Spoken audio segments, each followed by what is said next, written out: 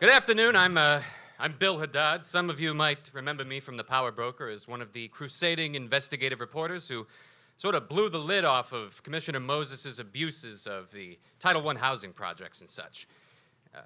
Thank you. Tepid applause. You okay, Bob? There's something I would like to call your attention to tonight that my investigative reporting instincts picked up on, and this is a quote from The Power Broker that I would like to read to you. This is from a section in which the author is describing all of the writing projects that Commissioner Moses took on at one point during his career while he had many of his titles. It had always been his ambition to write cheap pulp stuff, Moses man Arnold Vollmer recalls. In the mid-1950s, short on cash as usual, he announced to aides that he was going to write a trashy piece of pulp that he was sure would sell. Ironically, when he finished it, a reportedly sex-filled novel titled From Palms to Pines, and sent it to various publishing houses under a pseudonym, not one would publish it. Bob, Now, is that true? Is that true, Bob? There was some interest. Sorry, Bill. Sorry. That's all right.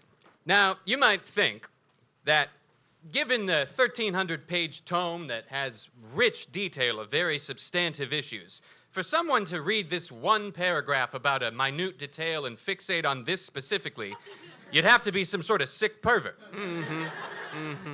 Anyway, I tracked down a manuscript of From Palms to Pines. It is currently being housed in the Anthony Weiner wing of the New York City Society for the Preservation of the Pornographic Arts.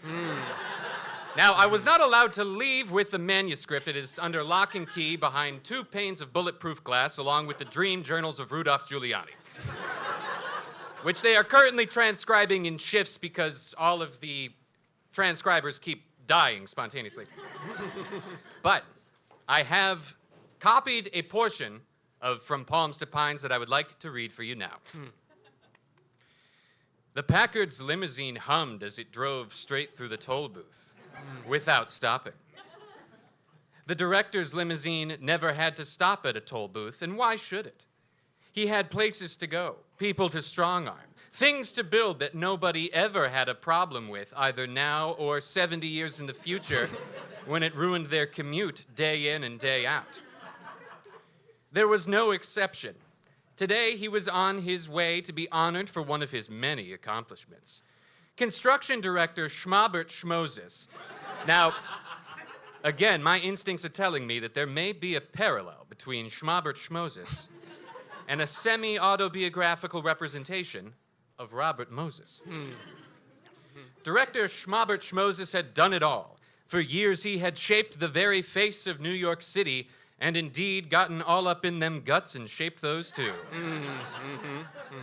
He rammed bulkheads of steel deep into the muck beneath rivers and harbors, and crammed into the space beneath bulkheads and shore immensities of earth and stone, shale and cement that hardened into 15,000 acres of new land and thus altered the physical boundaries of the city. Now, that last sentence is actually from The Power Broker.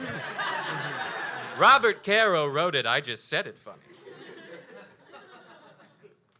He had built the Van Dyck Sexpressway, the Fuckner Sexpressway, the Go Anus Sexpressway, the Dong Island Sexpressway, and the Northern and Southern State Porkways.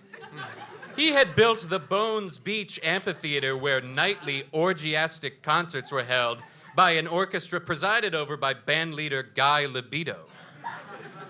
His bridges all had horny-sounding names, too, like the Throg's Neck.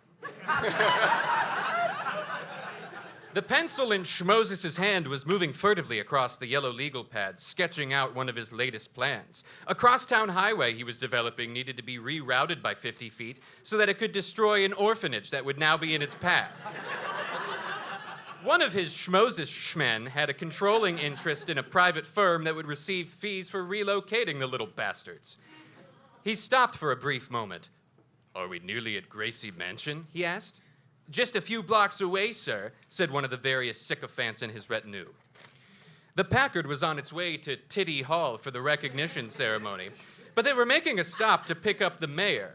Newly elected Mayor Limp Pelletieri was a rather sad, flaccid fellow who Schmoses, needed to whip into shape.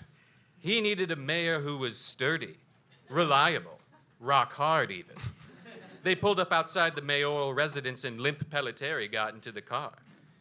"Hello, Limpy," Schmoses said, using his familiar nickname. "I hope you're ready for an unforgettable evening." "Hi there, Schmoses," Limpy said. "I certainly hope so. Today hasn't been so good. I got my foot stuck in a toilet at the ribbon cutting for a new public restroom, and I accidentally gave the key to the city to a large pigeon wearing a Mickey Mantle jersey." "Please, Limpy, call me sir." "Yes, sir," Limpy said. "Thank you for giving me a ride. It means so much to me that I could show up to a big event like this with the greatest builder and best person at sex this city has ever seen." Schmoses grabbed Limpy by the collar and scooted him a little closer on the limousine seat. "I didn't hear a sir in there." "Sorry, sir. Golly gee, I'm such a pudding head. No wonder I have such a hard time getting things done." "Well, then, it's a good thing I'm able to get things done, isn't it?" Schmoses said, leaning in closer. "Sir, do you think you could teach me how to get things done?" "Well, sure. I have my methods, like stake driving and whipsawing." "How does whipsawing work?" "Bend over and I'll show you." Schmoses looked down. It seemed Limpy wasn't so limp anymore. Now, decency laws forbid me from continuing, but I have to say, sir, I'm very into this. I think it's great. It is the only good thing you've ever done, and ironically, we could never read it. Rot in hell. Bill Haddad!